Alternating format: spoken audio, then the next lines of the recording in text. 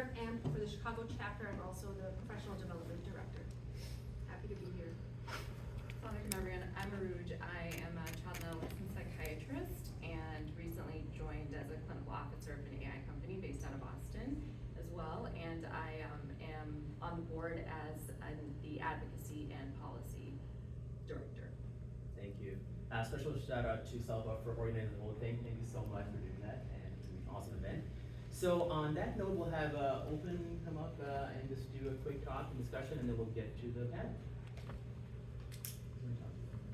Yeah. Yes. Open is a global organization. We have several chapters, about 20 to 15 chapters in Chicago, Boston, Silicon Valley, London, 3 chapters in Pakistan, Karachi, Lahore, Islamabad. We are just opening another chapter in Riyadh, Saudi Arabia. We are an organization of entrepreneurs, organization of Pakistani entrepreneurs of North America. Excellent. Appreciate it. All right. Other announcements to go? Let's get started. Thank you. Let's get started. Why don't you say a little? Well, no, I think that's weird. No? Reduction. As the panelists choose. This is great. I can see the audience well. So, everyone knows me. I'm Salva. Let's introduce our panelists and get started. As we all know, artificial intelligence is here to stay, and I think there are myriad different ways it can be applied in healthcare, on the administrative side, clinical care side, and so really excited that we have 2 experts in this area who can speak more to this. And I'll introduce them, and then I'd love to get a pulse on the room to see who we have in the room, what are people's interest levels or experience with AI, or what specific questions do you have for our panelists? And then we'll hear more from them about how they define artificial intelligence or where they see some of the benefits or potential disadvantages. Looking forward to like a nuanced conversation about this. So to my right, very pleased to introduce Farooq Khan. He is the CEO of Inference Analytics in the Chicago area. And to my left, I have Dr. Khan Siddiqui. He's co-founder and CEO of Hopper. And both are giants in their own fields. It's true. So I'm pleased to be here. And as a preface, I'm certainly no AI expert. My area of focus at Northwestern and the VA has been population health and how we can optimize healthcare delivery and patient outcomes. And so I think some of my work overlaps a little bit in predictive analytics. However, certainly not the AI expert. So let's hear from folks in the room. Do people have specific questions that they would like to ask, or that you'd really like to get out of this session, or anybody who would like to share? Yes. I'm Dr. Tazeen. I have a small clinic here in Lombard, and as a physician, I have a question: how easy it is for a health provider to learn about AI and to get the expertise so that I can help my patients and my physicians, the providers, to reduce the workload, the burden that can ultimately lead into the malpractice, screen those cases before it happens, and use us into the loop. So ways in which AI can potentially reduce administrative burden in healthcare. Thank you, Dr. Tazeen. Are there others? Do we have some AI experts in the room? Oh, yes. My name is Zubair Ghafoor. I'm curious, I'm from the engineering background with AI focus in my industry. I'm curious to know what is the status quo, if you will, in AI related to medical practice, and where is generative AI taking it? That's my question that I would like to. Thank you. Do we have any experts in the room? People who consider themselves? I'm not an expert, but I have a question. I am part of an AI company, but I think one thing most people often wonder is AI going to take over my job? Am I going to be out of a job if I'm a radiologist or if I'm somebody who doesn't have one-on-one patient interaction? Great question. Do the panelists want to share anything, or should we? Want to start? I think people can hear your background. Why? The context is there, like where you're coming from. Yeah, so maybe we set the context a little bit, right? Yeah, well, So, why don't, oh, sorry. why don't we start with that? Let's go, let's Yeah, start and with we'll that, keeping address in these mind, questions, right, keeping in and- mind. and, yeah. So I think, let's set the context between Khan and myself a little bit, because, while I've been in the data world, I got into the AI world, in 2016, 17 timeframe. And I got into the healthcare AI world as a result of, this gentleman on the left, right? So he's the one who nudged me to look at healthcare data sets. And so we have a long history of looking at, AI kind of broadly, but then, through some advice from Khan, right, focusing on healthcare. So I think that's a little bit of context for between me and Khan, right? Like we've known each other for a long time. Khan has been in sort of the imaging AI world for a much longer time than me, radiology specific. And then I spent almost 5 years, I call it, doing a fellowship, in your terms, right? In doctor terms, in radiology, literally, right? So I spent 5 years diving into, since 2017, into what radiology does and how you could use AI in radiology. So I think that's a little bit of context for, right, who we are and where we come from. Khan wrote a paper, I think, when was it that you wrote your paper on CNN models? Like, First machine learning paper, 2004. 2004. So that's how far he goes, right? So 2004, he wrote a paper on, and I think that was one of the early papers, right, in imaging AI. And he got quite a bit of notoriety for that. I know people who are experts in the field who bring that up, right? And that was one of the first papers. So and just to set the stage for who's here, right? So that's Khan's background, and he is considered one of the visionaries of imaging-oriented AI work, right, from that. Don't give me too much credit, but. No, but that's, I just want to set the stage so that people know who we are. And then, I guess the only claim that I would have is that by coincidence, 2016 onwards, we got focused on text-oriented AI. And, the whole world was doing image AI, and for whatever reason, we stayed on text-oriented AI, and we started writing models that would generate text. And so that was a little bit of a coincidence, right? Because, excuse me, I'm losing my voice a little bit. So that text-oriented AI was effectively is what you call today Gen AI. So to your question, right? We started doing Gen AI work before Gen AI tools were available. And so we wrote a paper as well that was published in IEEE back in 2019, well before ChatGPT, that talks about how do you generate text inside a radiology context. So anyway, that's a little bit of the stage for, right, why you could consider that we have some knowledge of AI. So I don't want to take more out of that, but because I spent 5 years in doing a fellowship in radiology, I have some background in understanding what people have done in imaging AI and where that world is. And Khan goes back a much longer time, right? 2004, worked on multiple companies that have done amazing AI work, and so that's who we are. So anyway, with that context, right? Very much appreciated. Yeah, so should we then address the questions? I mean, Khan, your turn to speak. I think Farouk understood. I learned a lot of the tech stuff from Farouk. Like I was focused on my interest, academic interest when I was a faculty at UC Maryland Hopkins was all in computer vision machine learning, which is recognizing what's in the images. And the reason I went in that direction is because I was really, really bad at radiology. Like I couldn't tell a lesion below 2 centimeters on a CT or MR if there's cancer in the liver or just benign lesion. Each time I would say my attending will disagree with me in residency. So I decided to do a fellowship in body imaging, and I realized I got worse. Then I became faculty at UC Maryland. I got even worse. That led me to like, if I'm really bad at this, and I'm tossing a coin every time, maybe we should do something. So I remember in 2002 RSNA, there was a news article in the Daily News in Chicago. You come in on Sunday, they give you MR, the gold standard for detecting hepatocellular carcinoma. It's like, great, I gotta go see the session. Somebody's figured out how to do this. And it was standing room only, and somebody from Duke was presenting this paper, MR is the gold standard, and guess what the accuracy was of humans detect less than 2 centimeter hepatocellular carcinoma on MR in 2002. In that paper they presented. 52%. 2% better than tossing a coin.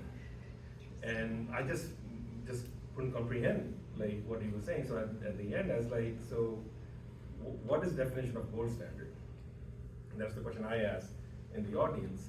Like, you really think 2% better than tossing a coin is gold standard? And there was like, you could see the whole room just went completely, the complete dialogue change in the room after that. So that's where it led me to start thinking about, can we use, computer vision to do stuff. I was starting imaging informatics fellowship program at UC Maryland, and I was running around in the computer science department at UC Maryland trying to figure out what should the curriculum be. And the chair at the time, who was Amitabh, he's now the dean of UC Maryland College Park, he said, look at computer vision and machine learning. I was like, what is that? And that's how I got into it, started working in faculty. The faculty I first worked with, the only work he had done in computer vision was differentiating walnut meat from the shell. So our industrial plant, the walnuts are broken, he had built a camera system that recognized the meat, the soft dark meat that we eat versus the shell, and that there's a dark shell and there's a soft shell inside it, and differentiating. That was his work. So I wanted to now take that work and let's go figure out what's happening in the liver. That's how we started. And based on the work we did at that time in 2007, then I got recruited by Microsoft to go start the first AI division in Microsoft for healthcare. So quit my academic job in clinical practice, moved there, and the rest is history, and really started focusing a lot on that stuff. So anyway, maybe I'll start with one of the, let's start with the question.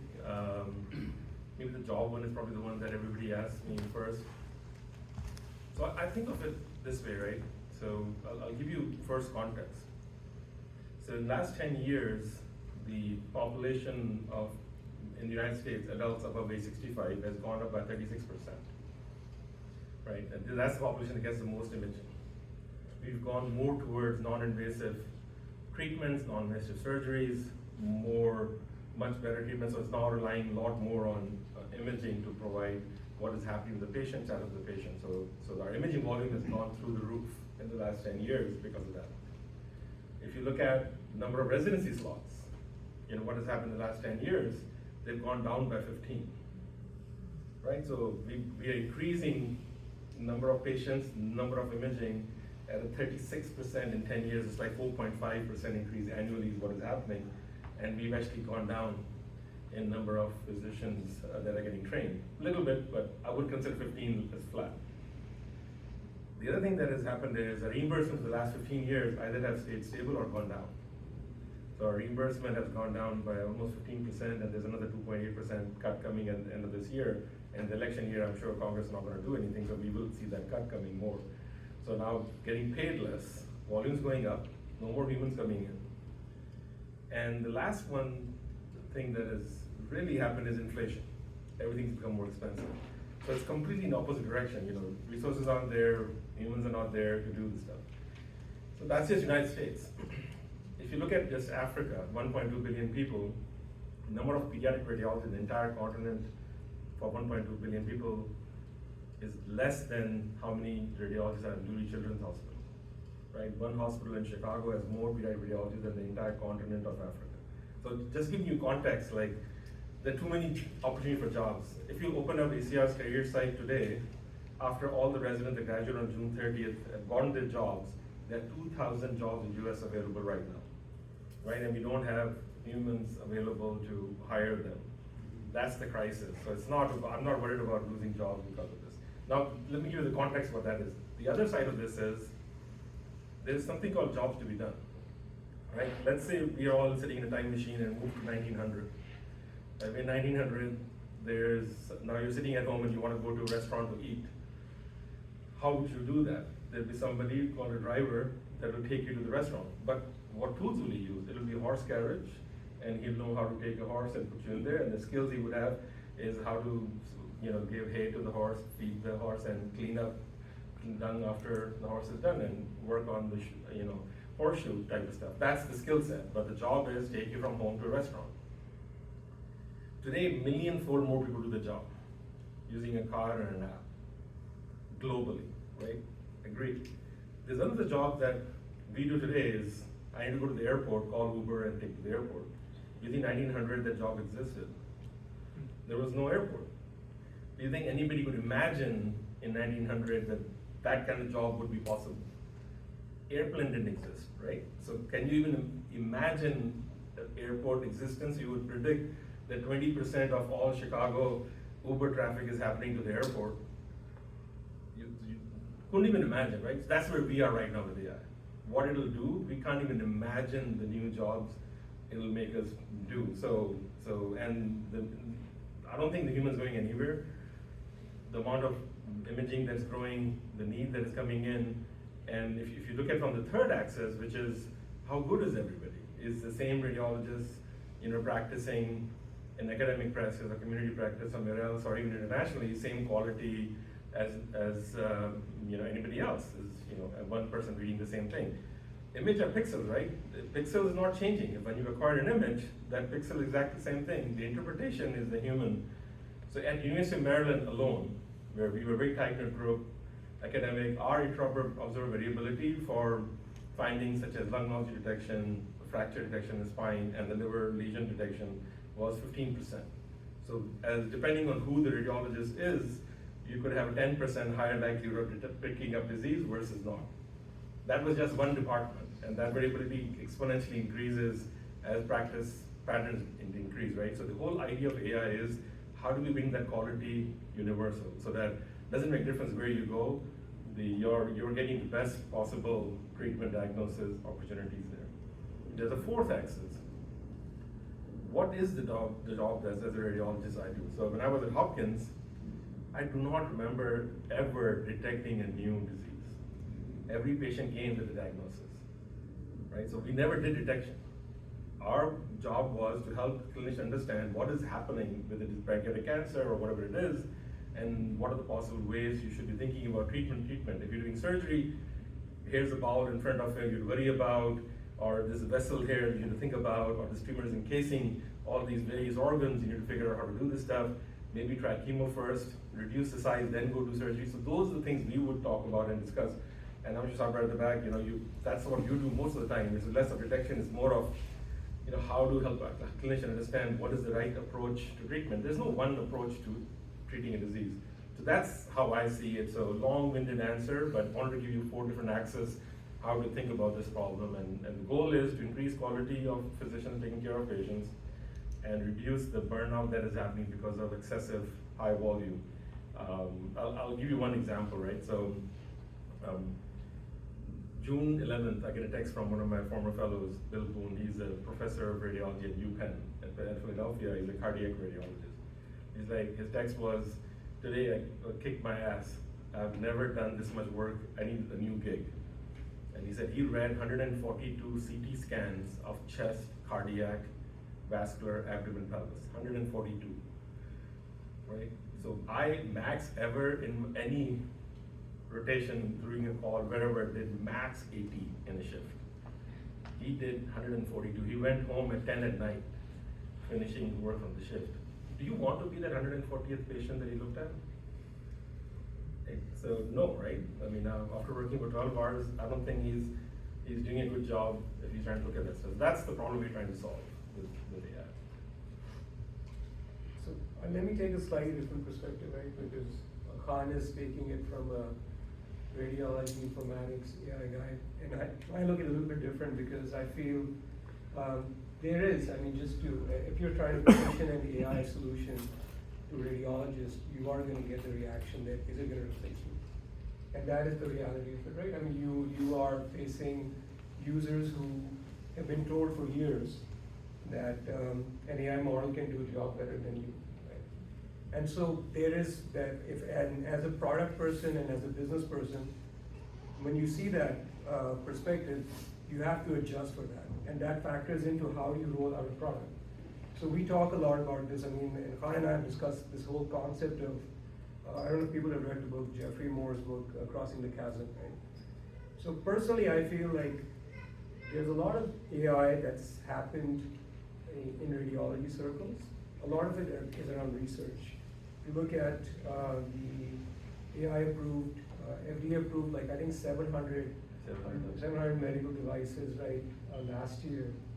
77% was radiology oriented.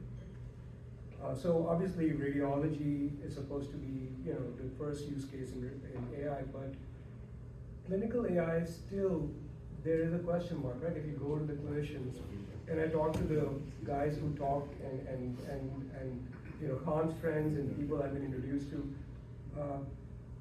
there isn't that much AI still happening, right? I mean, this gold rush in AI imaging happened a long time ago, right? I mean, this happened 2014, 2013, some of these companies were built, these models have already been there for a long time, yet they have not made it to mainstream. And what's the question there? And that's the, as a business person who did this fellowship in radiology, called it a fellowship or a rabbit hole, right, that I've kind of come out of a little bit right now, that's the question I've asked, like why isn't really adoption happening in radiology circles? And I feel there are many applications of AI, clinical one that Khan just went through and did a pretty solid job of giving you the 4 axes for why it's necessary. Yet, you're gonna see AI adoption now that AI has become mainstream, and it is the second topic for every C-level person, right, to bring up in every discussion. There are many areas of AI applications that may take precedence, right? So the clinical AI may take a slightly back seat because I think you brought up the question about, you know, the mundane of healthcare, right? All of the repetitive tasks. And all of those can be done through AI things, you know, and that is less risky. And in some ways, it does not displace radiologists, makes them feel more comfortable, right? And so those kinds of things will take precedence. And so while I do believe in that use case, Khan, that you wrote about, right, the 2004 paper, I'm starting to wonder when that will truly happen, right? I mean, because it's these companies have gotten funded, there's a lot of money that's been put to use, but, you know, I talked to the best informatics guys and I asked them, what's the one company that you use, right? And they can't name me one, right? There are 700 models that were approved last year, and I question whether even one of them has crossed that chasm. Now, there may be other reasons, but this is where I think the world of AI in radiology is, the need is there, and I agree with that, right? I mean, we know a guy, the two of us know a guy, he reads 300 cases, right? And 600. Yeah, 600, right? He does 600 in one shift, and he's built these schemes to do it. And we told him, like, why don't you use AI? And he never adopted it for whatever reason. He felt also that, you know, threatened by it. And so there is this notion of, because to get a technology adopted, it takes more than an AI model.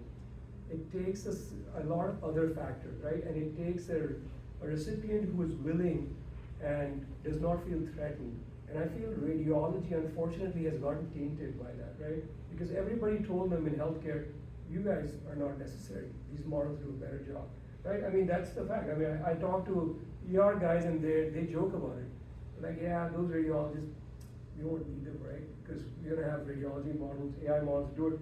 And for whatever reason, that has been the reason why AI adoption hasn't really happened in radiology yet. Now, it may change, I'm not saying it will, because now people are learning and they're starting to work with LLMs, but so this is kind of where we are in the state of AI in radiology, right? And so I personally feel that AI adoption will happen all around in every aspect, and not just radiology. I think every vertical and every subspecialty will use AI models. So it won't just be radiology. What does it mean for radiologists to use it? Does it mean like just leveraging these models in their practice and going through more than 142 cases a day?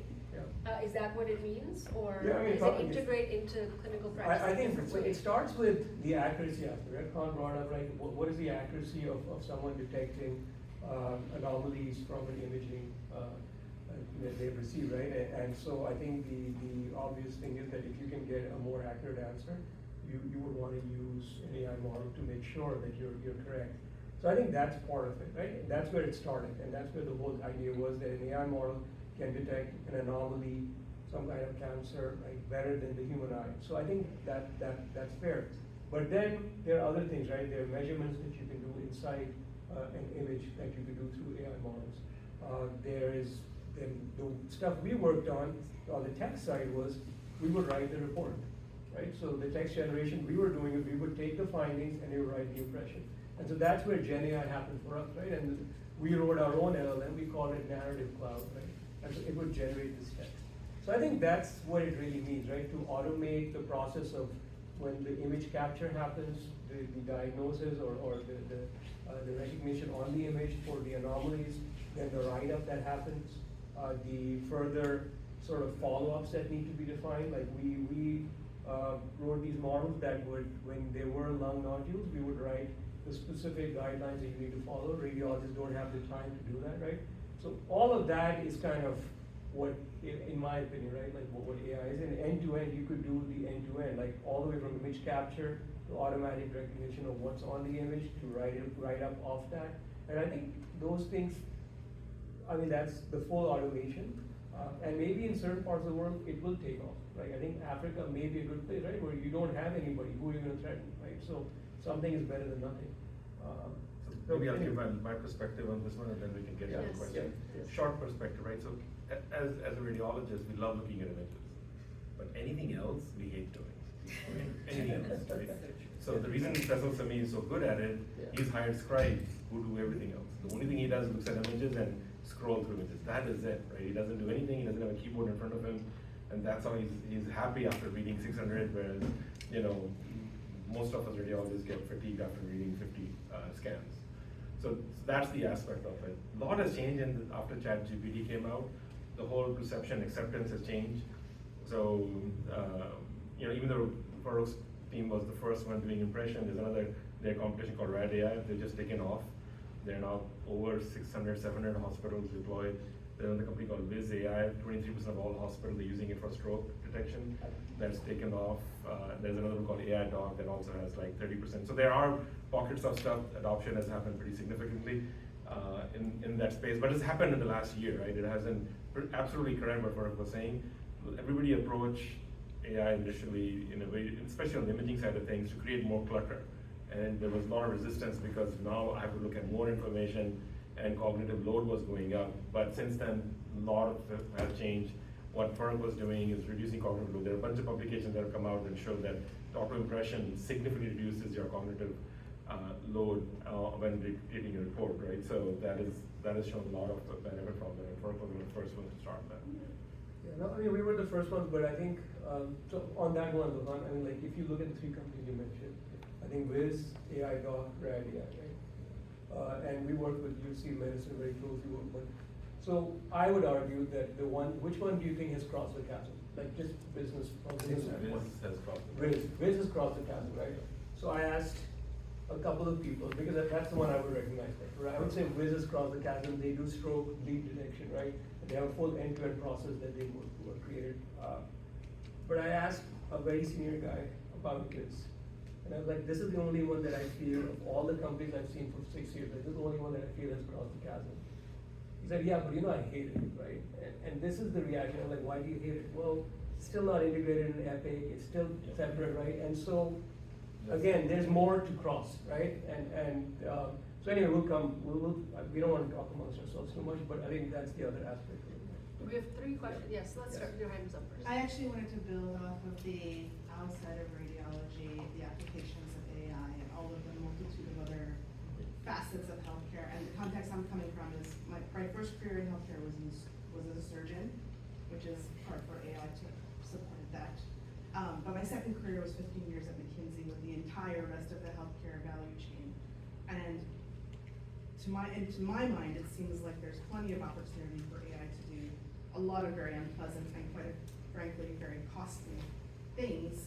And I would just love to know, where is AI being applied there? Or has anything crossed the chasm in that space? All of the administrative nonsense that is there that's actually taking dollars away from caring for people. I'd love to know what you guys see in that landscape. Who's ahead? Who's behind? Where is there traction? Yep. Maybe I can get started, right? So a lot is happening in the text space, in Gen AI space, as Farouk also talked about. You know, Epic is integrating with a lot of the OpenAI tools to do auto messaging, summarization of charts type of thing, but it's not deployed universally everywhere, right? They're doing step by step. One of the issues they need to address is when you're training any model with real world data, the bias that human creates in their data leads into the model. So how do you assess for that and how do you address that? And these models are notorious for hallucinations, right? What are these models? They're just next word predictor, right? They're predicting what the next word should be based on what you've given it, right? There's no intelligence, there's no thinking here, even though say intelligence and thinking, but it's really just prediction of the next word that is coming. So it's garbage in, garbage out, right? So if you're giving it garbage, it's gonna produce garbage. And that's why the slow rollouts are happening in this space. Microsoft Nuance has a product called DAX, which summarizes patient-physician communications. Instead of doctor sitting on the computer typing while you're seeing a patient, you just talk normally and it creates a note for you type of scenario, right? That's also in different stages. Some people love it, some people hate it. It's just how it's getting implemented. There's a lot of folks happening doing back office AI stuff, automated billing, automated procedure, automated decision support type of stuff that is happening. But again, these are early stage. Adoption hasn't been like universal. Okay, Kaiser doesn't cross. She and I work together. Yep. I think, so my context is, I come from finance background, I spent private equity background, and we have a healthcare startup together. I think we need to differentiate between automation, which is different than the AI, right? To me, AI is decision enabling. It's not replacing the decision making. Right. It helps you make an informed decision. And the better decision comes out with data sciences, right? So there are structural issues between payers and openness within the hospital systems to start experimenting. And the third one is heavy workload for physicians, right? So a physician is seeing 35 to 45 patients a day. Their capacity to engage is really not there. So I think somehow I feel that people confuse between, I use the bot, automate the process, and label it as AI. It sounds sexy, but the reality is it's just automation. Taking the clinical note, diagnosing it, ICD-9, proposed draft plan, that to me is decision enabling. But I think fundamentally, what is AI? Let's define that, right? Yeah. AI is, there's a big AI and then there's a machine learning subset of it and a deep learning subset of it and Gen AI subset of it, right?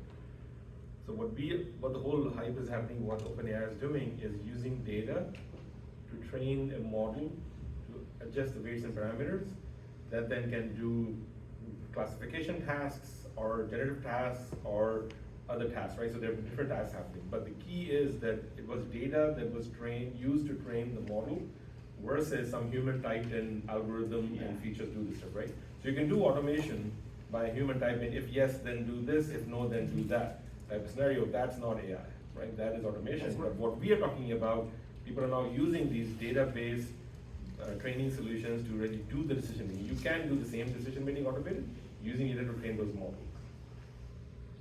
So one issue, sorry. There was a question back there. So how much roadblocks will regulation create in the healthcare industry? Because Farooq is telling me that FDA won't allow you to read the film directly and give an assessment, and a radiologist has to do that. Lot is changing. I can walk you through what is happening in the US, what's happening internationally. So internationally, EU has said they're going to approve autonomous models now, which is doing interpretation without a human. WHO also said for LMIC settings, they will now fund autonomous models that can do the interpretation and do this stuff. FDA recently has started this discussion. So they've actually commissioned this idea that self-auditing or self-validating models kind of concept. So that concept exists today in hospitals, it exists in labs. So you heard of CLIA certified labs. CLIA certified labs can build their own test. And they can't sell it, but they can build their own test and use it. A lot of the academic centers built their own COVID tests during the pandemic because they had CLIA certification, had the process on how I'll build a test and validate to make sure it's working properly. Then I can deploy it to my patient. I can't go and sell it to the market, but I can deploy internally. So they're taking a similar approach and exploring. They haven't decided yet what it needs to do, but they're exploring this idea. Can this be done for models? Because they know people will start to use it. They're going to start using OpenAI, ChatGPT, and Cloud or whatever they are in their practice, even if they don't say anything, right? Somebody was telling me at Penn that infectious disease doctors are to degree most of the time an ID physician consult does is summarize patient chart. So 2 hours it takes them to summarize chart before they can do a consult. So now what they're doing is they're copying everything, putting in ChatGPT, and then give me a summary of it, and they're reducing a 2-hour consult to a 15-20 minute consult by doing that. But they're using just open web and ChatGPT, which is absolutely dangerous, right? So that discussion has started. They've created a task force at NIST to define what those test validation procedures are going to be. Don't you feel that unless we have some kind of an approval from FDA or whatever, whichever agency approves it? So what they're saying is that they will approve the process on how to validate. So a site or institution or academic or a health system can self-validate the model and train the models themselves. So they're going in that direction also, in addition to the medical device approval process. Let me just come back to the question that was raised earlier, right? Like about what are the use cases? I think that's what you basically say, right? So I break it down into 3 areas. Like I kind of look at it as sort of in healthcare, you'd say like it's physician-facing AI, right? Patient-facing AI, and then you could say workforce or internal models. So physician-facing AI is what I'm kind of categorizing as clinical AI, and clinical AI, I would put radiology in that, right? I would put other types of treatment, note-taking, scribes, kind of, auto-scribe and all of those kind of in that bucket. The workforce-facing would be solutions like the billing solutions. Internal, we're actually deploying one at University of Chicago Medicine, which is internally focused. So there are all kinds of policies and procedures. Nobody has the time to read those, right? So AI models that go read those procedures, and now you can go ask any question. What am I supposed to do when there's a spill? What am I supposed to do if I have COVID, right? And so those are AI models that are doing that. There's one that we're very excited about, which actually is going live, which is a patient-facing solution, which is basically a chatbot sitting on the U Chicago site, and you go and interact with it, and you ask questions like, I have a backache, and I need to schedule an appointment, who should I go see? And then based on that, you suggest the right providers. You can ask any question, where should I go park if I'm going to the Hyde Park campus? Right, so these are patient-facing AI models, right? All LLM, like large language model based. And then to Khan's point, right, so what does it mean to do these, right? So it means that you have to build sort of a whole orchestration capability, which is what we do in my company, right? We build the whole orchestration layer that chooses the right model for the right problem, and then has appropriate guardrails around it, and then prevents it from hallucinating, and appropriately responds when it asks questions that it may not be able to answer. So those are the kinds of use cases that are going on. Again, none of these have crossed the chasm, to your point, right? But I think some of these are going to take off faster. And again, I love radiology. I know a lot of them now, right? Some of my very close friends are radiologists. But I do feel these other areas are starting to show a lot of traction and speed and adoption. And the reluctance in using AI that I saw in radiology, and we may be getting over it, maybe less in other parts of the hospital system, right? So that's kind of what I'm seeing. Does that answer your question? No, it prompts another question, if I could, which was to your point around a physician that takes a big chart, dumps it in a ChatGPT, and gets out a summary to improve their workflow. And you mentioned that this is dangerous, right? And of the 3 different streams of applications, right? I would imagine the workforce one would have the lowest level of rigor required in order to feel comfortable doing that. It would be really great to understand for these things that require more rigor, the CLIA equivalent of, I think it sounds pretty great to be able to get a 50-page chart down to 2 pages, so I actually do, see everything that's in the chart. So why is this a bad idea? And what can be done to prevent that? I'll answer. Khan, you can jump into on this one. So first, you shouldn't be if you're sending your data to OpenAI, you're training their model. Like every time you ask a question, you're training OpenAI. Right? So if you're sending PHI and your health records over to ChatGPT, unless you're doing it with their Teams version or an enterprise version of ChatGPT, you're effectively exposing your data to their training data, right? So that's one part of it. Even in large hospital systems, I'm surprised, they still haven't accepted the cloud, right? So they're not even using the cloud for like general applications. I think there are like 3 applications at UC that actually sit on the cloud, and they're very basic things, right? So if that's the case with just cloud, using the cloud, what is the propensity gonna be to use an AI system that actually would be, potentially, could be using your data for training? Even if it's, so I think there's some risk aspect of why there is caution there. But there are better, other ways to do it. Like our whole story is we can use open source models and put them right inside the firewall of the hospital system, so nothing is leaving there, right? You can literally have it unplugged from the world, and now you're using those models. And so, yeah, I mean, but it requires testing, especially when you're doing, like, for example, chart summarization. The question I would have is, when you summarize anything, you're gonna lose some level of detail, no matter what, right? And so, so there has to be tuning that is done that makes sure that you're not missing some important, insight that may be necessary for what the work you're about to do. So I think that's the kind of work that still needs to happen to make sure that the summary is good enough and it is not missing anything. I mean, yesterday I sent this is a real world example. The example I gave, there's how do you react to a spill, right, inside a hospital? There are 25 steps in their manual, or you could summarize it into 4 steps, right? Okay, so what is better? Do you want the 25 steps, which is exact detail, or do you want to give the 4 steps, right? And so I asked the question to them, and they don't know. They're like, well, okay, we have to figure this out. So these are the kinds of, kind of discovery and improvements that have to be made in AI to be able to make it happen.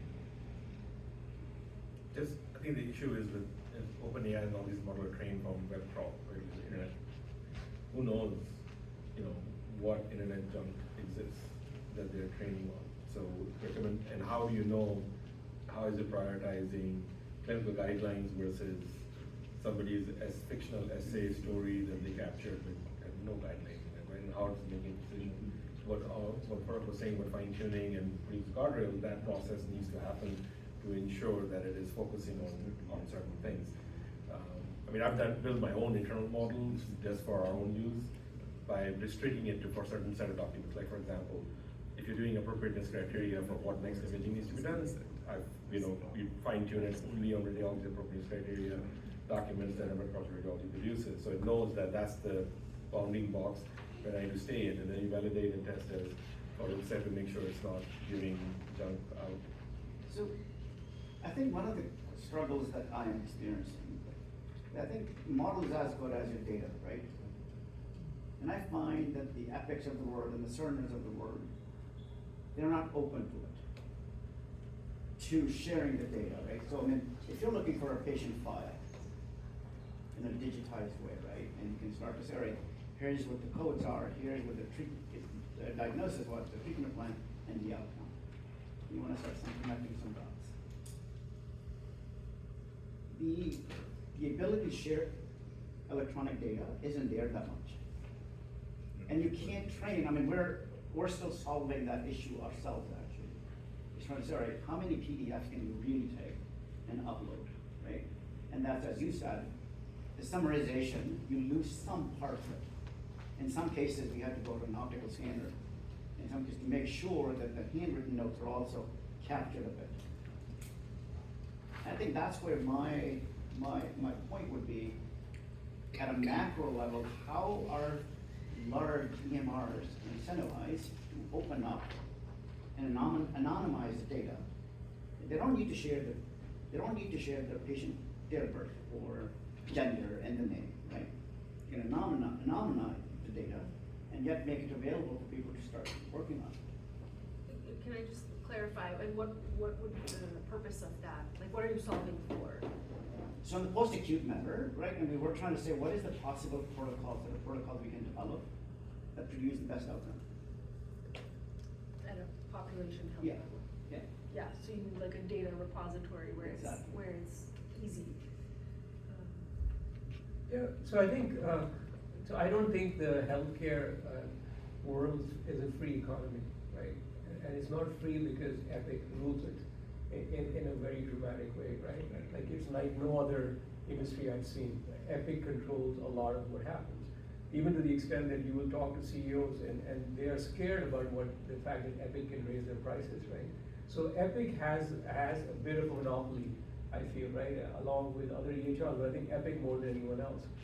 And so, yes, that's a problem, right? Like how do you get the data to train whatever you're trying to do? But I think that's a problem that you can overcome. Like you can find partners, you can find incubators, you can find like, Mayo Clinic accepted us into their program. They have tons of data you can go train on. So I think people have gotten over that to some extent, right? I don't think that's a problem anymore. It used to be a problem. We'll chat more after the discussion, but I would love to. Yeah. Plus laws have passed, right? Don't lock my data laws have passed. Yeah. They make it difficult to do it, but if you have the right partners with you, I mean, we have 210 million patient records that we partner with all our systems, all electronic and digital, right? So he's done the same thing with UChicago Mayo Clinic. I mean, it's possible. I mean, and we're pulling from all EHR, so I don't think that's a problem anymore. It's just you need to have the right partners that help you navigate those things. We can last later with And, I love and, the show. sorry, and I think there's like some distinction between what is the purpose of this, but I know from a research standpoint, there's been a big initiative through Northwestern to aggregate. Northwestern also has a big data. Not just Northwestern, but Northwestern has spearheaded, it's called Capricorn Chicago, you can look it up, it aggregates, I think Loyola, U of C, the two VAs we have, Northwestern, and then a few other, and it aggregates the data, so for